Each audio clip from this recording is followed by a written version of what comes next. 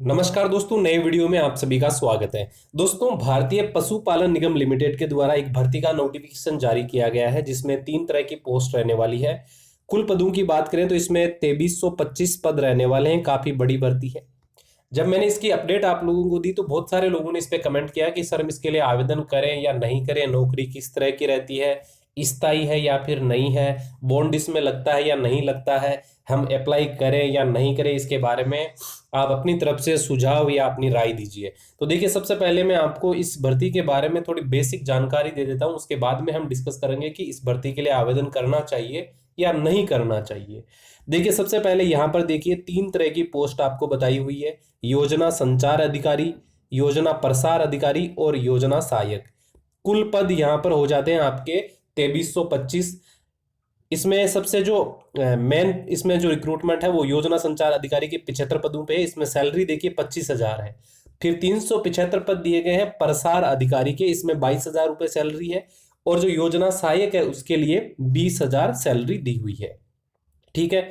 अब इसमें नीचे आते हैं तो यहाँ पर योग्यता के बारे में बताया गया है। जो पहली पोस्ट है योजना संचार अधिकारी की, उसमें स्नातक चाहिए और मार्केटिंग का अनुभव है तो उसको प्राथमिकता मिलेगी। ये तीनों पोस्ट में लागू होता है। मार्केटिंग का अनुभव होना चाहिए आपके पास में। सर्टिफिकेट डिप्लोमा डिग्री है या नहीं है उस बात से कोई मतलब नहीं है। न्यूनतम जो योग्यता है वो आपकी पूरी होनी चाहिए। जैसे कि योजना प्रसार अधिकारी की बात करें तो 12वीं पास आपका होना जरूरी है। मार्केटिंग में आपके पास में डिप्लोमा है, मार्केटिंग का कार्य अनुभव है तो आपको उसमें प्राथमिकता दी जाएगी। ठीक है। योजना सहायक की बात करें तो भी योजना सहायक में खाली 10वीं पास रखा गया है और इसमें भी अगर आपके पास में मार्केटिंग क्षेत्र का अनुभव है तो आपको इसमें वरीयता दी जाएगी। वरीयता का मतलब होता है कि आपको जैसे आपका इंटरव्यू होगा तो उसके अंदर आपको प्राथमिकता दी जाएगी। हाँ, आपको प्रेफर किया जाएगा उस पोस्ट के लिए। 1875 पद दिए गए हैं इसमें योजना सहायक के। ठीक है, 1875, तो ये सबसे अधिक पद है इस भर्ती के अंदर। इसके बाद नीचे आते हैं तो यहाँ पर देखिए आयु सीमा के बारे में बताया गया है। तो यहाँ देखिए जो आयु सीमा है ना वो सभी वर्गों के लिए समान रखी गई है, यानी आयु सीमा में किसी को छूट नहीं दी गई है। क्यों? इसकी वजह क्या है? इसकी वजह यह है कि दोस्तों ये जो भर्ती है ये पूरी तरह से एक लिमिटेड कंपनी की है। ठीक है। अस्थायी आपकी भर्ती है, परमानेंट गवर्नमेंट जॉब नहीं है। हाँ, अस्थायी नहीं कह सकते। अगर आप अच्छा जॉब करते हैं, अच्छा काम करते हैं, कंपनी को आपसे अगर बेनिफिट होता है तो आप लंबे समय तक भी काम कर सकते हैं। वो आप पे डिपेंड करता है और कंपनी के ऊपर डिपेंड करता है, लेकिन ये गवर्नमेंट जॉब नहीं है। ठीक है। इसके बाद में यहाँ पर देखिए आपको बताऊंगा आवेदन करना चाहिए या नहीं करना चाहिए इसके बारे में। आपकी जो लास्ट डेट इसकी रहेगी 30/11/2021 से, यानी आपके पास में 10 दिन का समय है इसमें आवेदन करने के लिए। अब यहाँ आते हैं आवेदन शुल्क पर। यहां से डाउट स्टार्ट होता है। योजना संचार अधिकारी के लिए 826 रुपए है, योजना प्रसार अधिकारी के लिए 708 रुपए है, योजना सहायक के लिए 590 रुपए है। इसमें 18% जीएसटी को भी शामिल किया गया है। ये जीएसटी जो है ये आपको पता है सरकार के पास में जाएगी और बाकी फीस आपकी किसके पास जाएगी? कंपनी के पास में जाएगी। तो जितने लोग आवेदन करेंगे उतना कंपनी को क्या होगा? फायदा होगा। और कंपनी को क्या मिल जाएंगे? कंपनी को एम्प्लॉय मिल जाएंगे। आपको पता है प्राइवेट कंपनी के अंदर क्या होता है? सीधी भर्ती होती है, सीधा लिया जाता है, जरूरत होती है उतने आदमी वो रख लेते हैं। यहाँ पर ये भर्ती करवाई जा रही है, इसका मतलब ये है कि 18% तो गवर्नमेंट के पास आपकी जीएसटी चली जाएगी और बाकी जो पैसे हैं वो किसके पास रहेंगे? वो रहेंगे कंपनी के पास में। तो कंपनी को बेनिफिट हो गया, साथ में भर्ती भी हो गई। अब यहाँ पर देखिए इसमें अगर हम नीचे आते हैं तो यहाँ पर लिखा है निगम निजी क्षेत्र में पब्लिक लिमिटेड कंपनी है। इस बात का ध्यान रखिएगा, निगम जो है ये पब्लिक लिमिटेड कंपनी है। आवेदन शुल्क सभी वर्गों के लिए समान है, किसी प्रकार की छूट नहीं है। आयु सीमा में भी और यहाँ पर आवेदन शुल्क में कोई छूट आपको नहीं दी गई है। अब यहाँ पर आपको कुछ इंपॉर्टेंट बातें बताई गई है। लक्ष्य, कार्य और दायित्व है, अधिकार, कर्तव्य और आपके लाभ। अब यहां पर हम आते हैं। सबसे पहला जो पॉइंट देखिए इसमें लक्ष्य एवं कार्य दायित्व के अंदर जो योजना संचार अधिकारी है, आपके द्वारा निगम के उत्पाद स्पेशल गोल्ड दूध धारा calcium syrup 5 litre feed supplement को प्रत्येक माह कुल कितने रुपए हैं? 25 लाख का ऑर्डर लाना है। तो ये टारगेट है आपका। इसके बाद ये ऑर्डर आप किसी भी मेडिकल स्टोर, खाद बीज भंडार, डेयरी, दुग्ध संग्रहण केंद्र, किराना स्टोर, गौशाला, ग्रामीण समिति, फैक्ट्री, पशुपालन क्षेत्र की कंपनी या अन्य किसी भी विक्रेता के माध्यम से ये ऑर्डर आप लेकर आ सकते हो। यानी ऑर्डर आप कहीं से भी ला सकते हो, ये आप पे डिपेंड करता है। आपका कार्य क्षेत्र संपूर्ण जिले स्तर पर होगा। आप जिले में कार्य कर लक्ष्य पूरा करेंगे, यानी एक पूरा जिला आपके अंडर में होगा इसके अंदर। इसके बाद में नीचे देखिए, यहाँ पर जो लाभ है उसमें बताया हुआ है कि 25,000 तो आपकी मासिक सैलरी रहेगी, प्रति वर्ष 10% इंक्रीमेंट होगा, यानी 10% आपकी सैलरी प्रति वर्ष बढ़ाई जाएगी। तो अगर आप दूसरी साल भी जॉब कर रहे हैं तो इसका मतलब है आपकी सैलरी 27,500 रुपए इसमें हो जाएगी। और यहां पर है 3,000 रुपये आपको मासिक वाहन भत्ता दिया जाएगा। ठीक है, ये जो वाहन भत्ता है ये तभी दिया जाएगा जब आप अपने लक्ष्य की प्राप्ति कर लोगे। अगर आप अपने लक्ष्य की प्राप्ति नहीं कर पाओगे तो आपको ये वाहन भत्ता नहीं मिलेगा। इसी तरह से यहां पर दिया गया है कि अगर आप योजना प्रसार अधिकारी हैं तो आपको 5 लाख का ऑर्डर लेकर आना पड़ेगा। ठीक है, और आपको भी यहां पर वाहन भत्ता दिया जाएगा। यहां देखिए नीचे बताया गया है कि यहां पर 2,000 रुपये आपको वाहन भत्ता दिया जाएगा। इसमें सैलरी 22,000 है, 10% की बढ़ोतरी प्रति वर्ष आपकी होगी।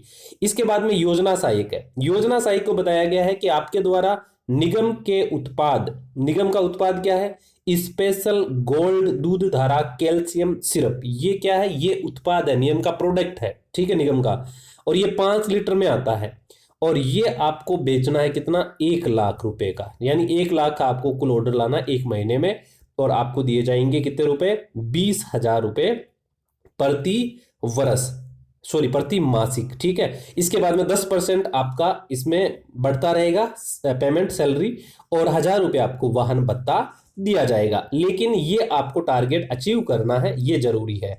हाँ, यहाँ पर ये नहीं बताया गया कि आपकी सैलरी में कटौती होगी या नहीं होगी, इसके बारे में तो फिलहाल देखते हैं। नीचे यहाँ पर क्या लिखा है?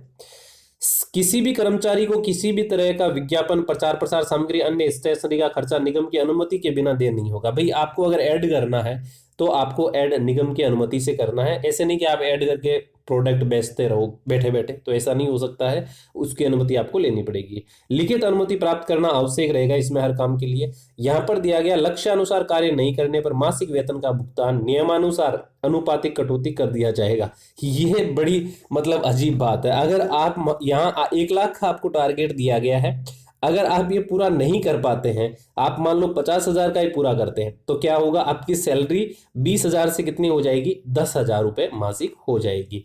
तो टारगेट अचीव नहीं होता है तो आपको अनुपातिक कटौती की जाएगी, उसके बाद में सैलरी मिलेगी। ये मैं आपको एग्जाम्पल के लिए समझा रहा हूं, ठीक है, और मैं अपनी ओपिनियन आपके साथ में शेयर कर रहा हूं।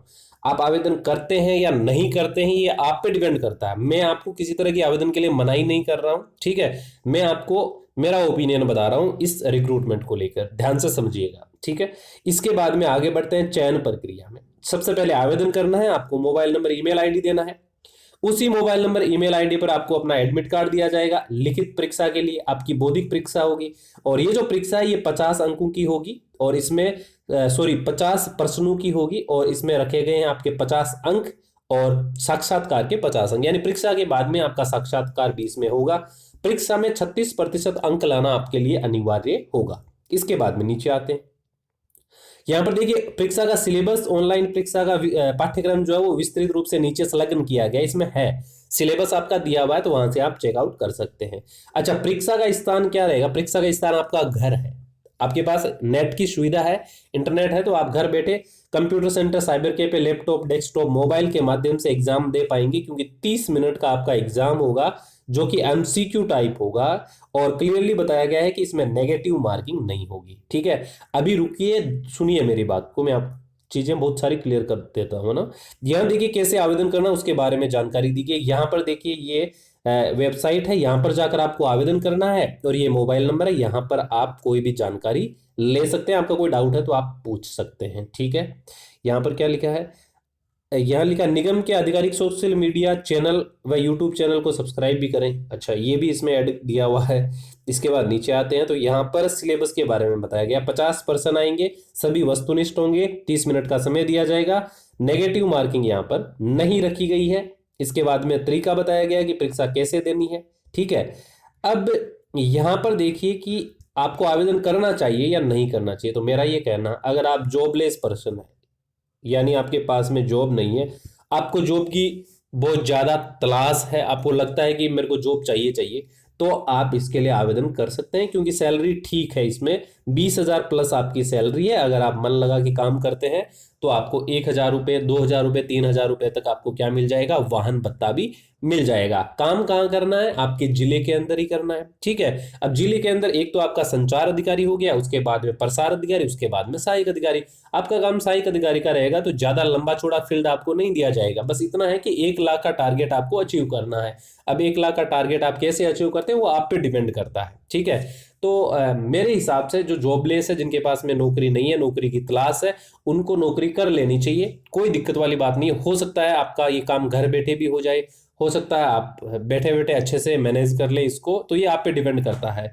तो मैं किसी को मना ही नहीं कर रहा हूँ। बाकी जो लोग गवर्नमेंट सर्विस की तैयारी कर रहे हैं, दिलो जान से ये चाहते हैं कि हमें सरकारी नौकरी मिले, तो उनके लिए ये जॉब ठीक नहीं होगा, क्योंकि अगर वो इसमें फंस जाएंगे तो फिर तैयारी नहीं कर पाएंगे। तो जो गवर्नमेंट जॉब की तैयारी कर रहे हैं, अगर आप एसएससी, ठीक है, एसएससी यूपीएससी, कोई स्टेट पीसीएस की तैयारी कर रहे हैं, D++ की तैयारी कर रहे हैं, कोई आर्म फोर्स वगैरह की तैयारी कर रहे हैं, तो भाई आपको इसकी ओर नहीं जाना चाहिए। मेरा यही कहना है आप लोगों से। बाकी आप पे डिपेंड करता है, आप आवेदन करो, कोई दिक्कत नहीं है। नहीं करना चाहो तो भी कोई इश्यू नहीं है। आपका कोई सवाल है तो आप मुझे कमेंट कर सकते हैं। ये वाला वीडियो सेशन आपको अच्छा लगा हो, जानकारी अच्छी लगी हो, तो लाइक कीजिएगा, इस वीडियो को शेयर कीजिएगा, ताकि ज़्यादा से ज़्यादा लोगों को इसके बारे में जानकारी मिल सके। Thanks for watching.